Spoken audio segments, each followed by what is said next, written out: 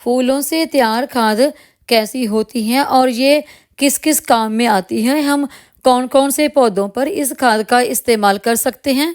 आज की हमारी वीडियो इसी के बारे में होने वाली है। नमस्कार दोस्तों, वंदना गार्डन में आप सबका स्वागत है। हम अपने घरों में पूजा में बहुत सारे फूलों का इस्तेमाल करते हैं और इसके अलावा त्योहारों पर भी हम अपने घर में फूलों से सजावट करते हैं और बहुत सारे फूलों का इस्तेमाल इस तरह हमारे त्योहारों पर और पूजा में हो जाता है।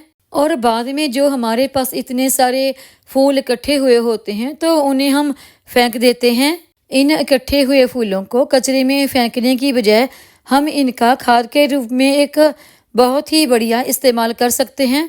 त्योहारों के और पूजा के बिना भी अगर आप गार्डनिंग करते हैं तो आपके गार्डन में फूल वाले प्लांट लगे हैं, तब भी आपके पास बहुत सारे ऐसे फूल हो जाते हैं जो इस तरह प्लांट के ऊपर लगे लगे सूख जाते हैं।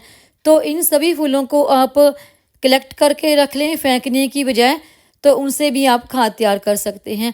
तो देखिए, अगर आपके गार्डन में फूल वाले प्लांट बिल्कुल भी नहीं लगे हैं, अगर आपके घर के आसपास कोई मंदिर है तो वहाँ पर चढ़े हुए पूजा के फूल लाकर भी आप उनसे बढ़िया खाद तैयार कर सकते हैं, क्योंकि वो तो फूल बाद में कचरे में फेंक देते हैं, उनके वो फूल किसी भी काम के नहीं होते और इस तरह से हमारा वातावरण भी दूषित होता है। और जो हम पूजा में या फिर दिन त्योहारों में फूलों का इस्तेमाल करते हैं, वो फूल हम बाद में अगर किसी नदी में बहा देते हैं तो उससे देखिए पानी भी दूषित होता है।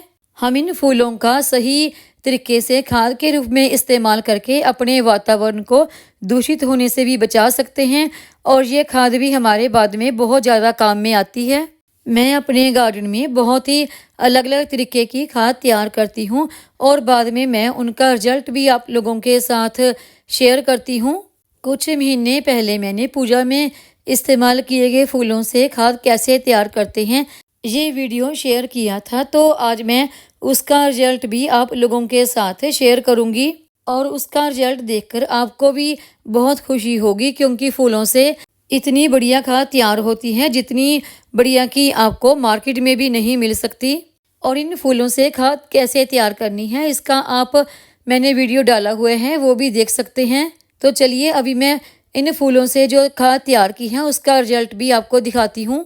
जब ये खाद मैंने तैयार की थी तो डब्बे को फूलों से देखिए यहाँ तक मैंने भरा था और अभी कुछ महीने बाद इसका रिजल्ट देखिए फूलों से खाद बनकर तैयार हो गई है। ये पूरी तरह से डिकम्पोस्ट हो चुके हैं। इन्हें इस तरह से खाद बनने के लिए रखे हुए 4 महीने से ज़्यादा का वक्त बीत चुका है। जब हमने खाद बनने के लिए रखी थी तो डब्बे को हमने ऊपर तक भरा था, तो अभी देखिए कितना ज़्यादा डिकम्पोस्ट हो गए नीचे को हो गया है। और इसमें कुछ देखिए ये धागे भी हैं जो इन फूलों के बीच में ही थे, क्योंकि फूल पूरी तरह से डिकम्पोस्ट हो चुके हैं। तो अभी मैं इस खाद को इस बास्केट में निकाल लूँगी छानने के लिए। अगर आपके पास कोई छलनी है तो आप उसमें भी निकाल कर छान सकते हैं। देखिए ये खाद कितनी अच्छी बनकर तैयार हुई है। वैसे इस खाद को बनने में कम से कम 3 से 4 महीने का वक्त तो लग जाता है, लेकिन मेरी इस खाद को इस तरह रखे हुए 4 महीने से ज़्यादा का वक्त हो गया है। मैंने इस खाद को छानने के लिए इस बास्केट का इस्तेमाल किया है। अगर आप छलनी का इस्तेमाल कर रही हैं तो बहुत ज़्यादा बड़ी छलनी का इस्तेमाल करने की ज़रूरत नहीं, जो थोड़ी सी मोटी सुराख वाली है उसी का इस्तेमाल करें। फूलों से खाद तैयार करते समय आप उसमें सूखे पत्ते मिक्स करके उसका भी खाद तैयार कर सकते हैं।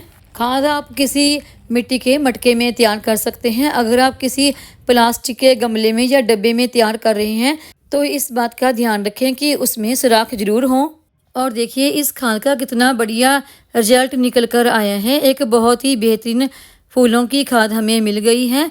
इस खाद को आपने किसी पैकेट में भरकर छांव में रखना है, धूप में बिल्कुल भी नहीं रखना।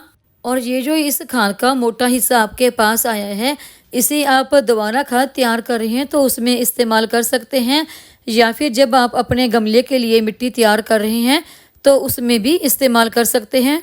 और ये हमारा फूलों से बनकर खाद के रूप में एक सोना तैयार है।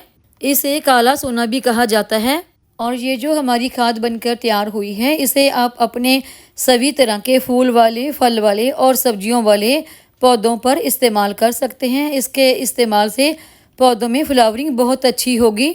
और जब भी आप खाद तैयार कर रहे हैं, चाहे फूलों से हो या किसी भी चीज़ से हो, तो उसे कम से कम हर 15 से 20 दिन के बाद थोड़ा थोड़ा सा हिलाते रहें, ताकि जो ऊपर वाली खाद है नीचे और नीचे वाली खाद ऊपर हो जाए। इससे खाद जल्दी बनकर तैयार होती है। और ये देखिए, यहाँ पर कुछ और सूखे फूलों की और पत्तों की खाद बनकर तैयार हो रही है। मेरे गार्डन में इसी तरह से खाद तैयार होती रहती है। और हमारे यहाँ देखिए बारिश भी शुरू हो गई है। तो आज मैंने आपको फूलों से बनी खाद का रिजल्ट दिखाया। उम्मीद है आपको मेरी ये वीडियो पसंद आई होगी। वीडियो पसंद आई हो तो वीडियो को लाइक करें, सब्सक्राइब करें, शेयर करें, कमेंट करें, बेल आइकन को ज़रूर दबाएं, ताकि मेरी आने वाली हर नई वीडियो का नोटिफिकेशन आपको मिलता रहे।